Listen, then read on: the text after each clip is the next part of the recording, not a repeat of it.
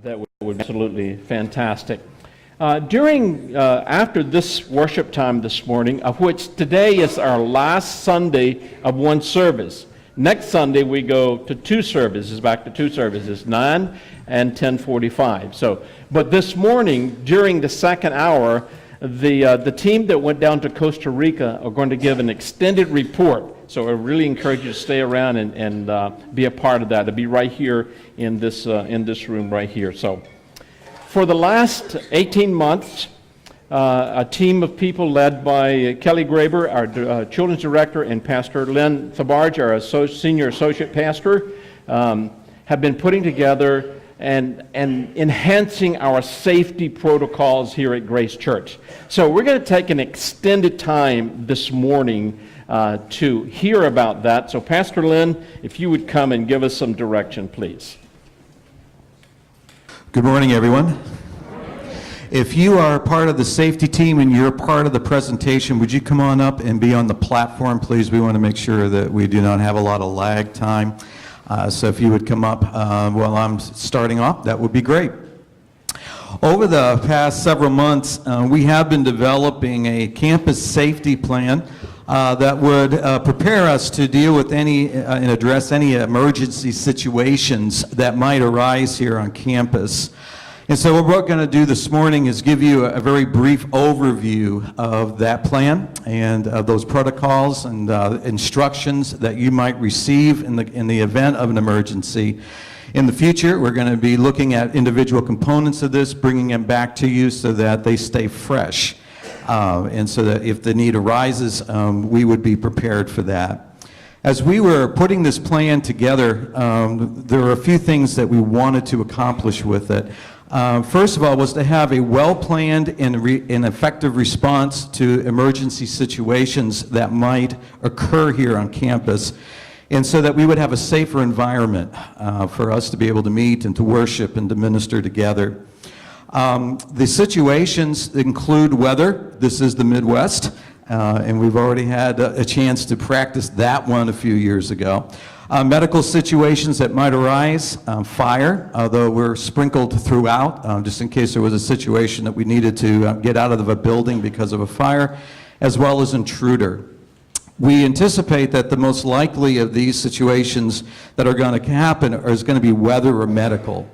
However, we also want to be prepared for the possibility that there could be a fire or an intruder situation that we need to respond to as well. We put together a plan so that there'd be an increased awareness of the people that are coming on the campus just in general, as well as to recognize situations that might need to be addressed or looked into as they would arise. To be able to have the ability to communicate campus-wide, and that's the radio you see here is a part of that. And so for the first time, at least since I've been here, we will be able to communicate instantly to any of the buildings on campus. And so we wanted to do that. We wanted to equip you, the church family, to respond to the appropriate instruction or command if a situation were to arise, and to make sure that we've contacted first responders quickly and effectively as that need comes up. So what we're going to do is we're going to give you those 4 instructions or 4 commands that you might need to know and follow if an emergency situation were to arise. And so I'm going to go ahead on down, and each of the team members here. And first of all, this is the team along with Kelly that's worked on this, and a lot of hours have gone into it. So thank you so much for everything that all of you have done. Well, the first command you hear might be shelter in place. That simply means stay put where you're at. There's probably, there are at least 2 reasons for that. One could be a suspicious person or an argument going on and being cared for, and they just want you to avoid that area because your presence might escalate that situation. So therefore, the command would be shelter in place.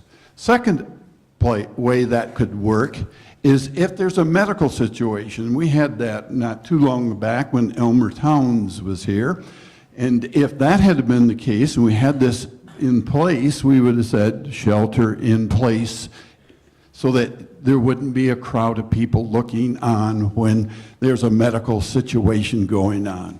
So, simply stated, shelter in place is what? Stay put. Thank you.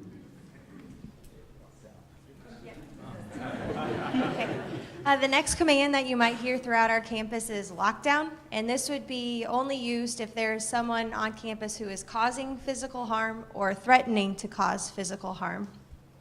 And lockdown is just like it sounds. In rooms that are lockable, teachers will scan the hallway, bring everyone inside, lock the doors, and then stay quietly inside the rooms.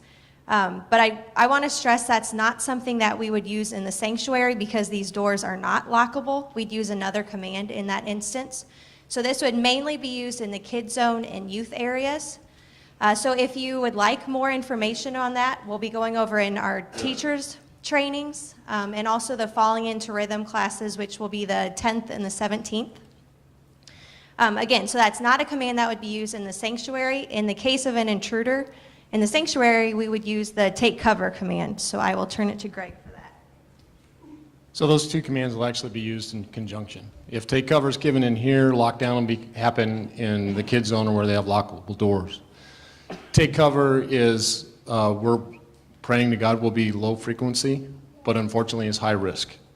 So what take cover means is you get as low as possible in here.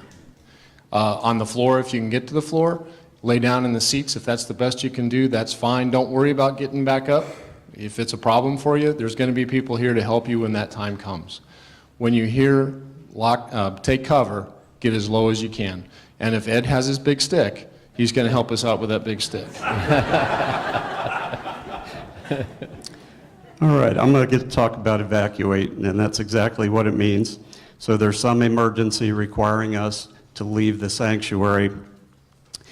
We'll be leaving or would be leaving via the exit as directed.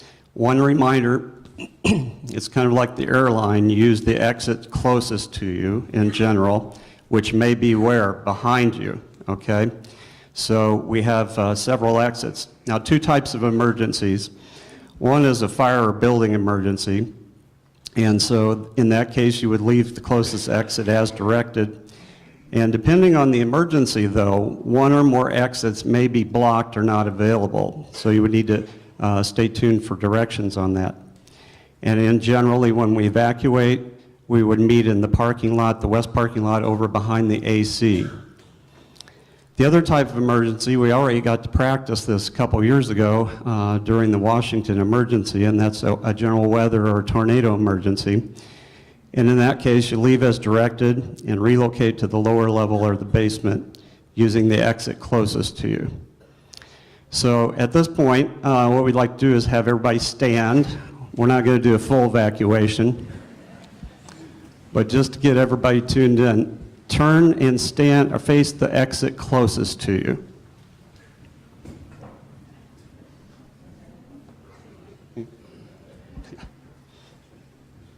All right, thank you. You may be seated. All right, thank you very much. You did that so well. I wanted to say a lot of what we've been talking about this morning is simply to be able to give a quick instruction so that you would be able to know exactly how to respond. And so that's why we wanted to take this morning to go through this in this brief fashion. There are a number of people on every Sunday morning that are going to be serving as what's called the campus response team that would be available to help in these situations, ushers and others that would be able to give direction, especially during evacuate or something of that nature, as well as just being eyes around the campus. And there's training that started with that, and that's going to continue. And as I said a few moments ago, the most likely use of this plan is going to be related to a weather event or to a medical event. But we want to be prepared for the other things that might happen on campus as well. And so one of the things that we closed with every meeting that we've had over the last several months is, God, give us a really good, effective plan, and then may we never use it. And we mean that was a sincere prayer. And so ultimately we trust God. And but like Nehemiah, we also wanted to be prepared. And so if you have questions, please feel free to email or call or contact either Kelly or myself, and we would be glad to address those for you. God bless, and have a great time of worship as we continue that now.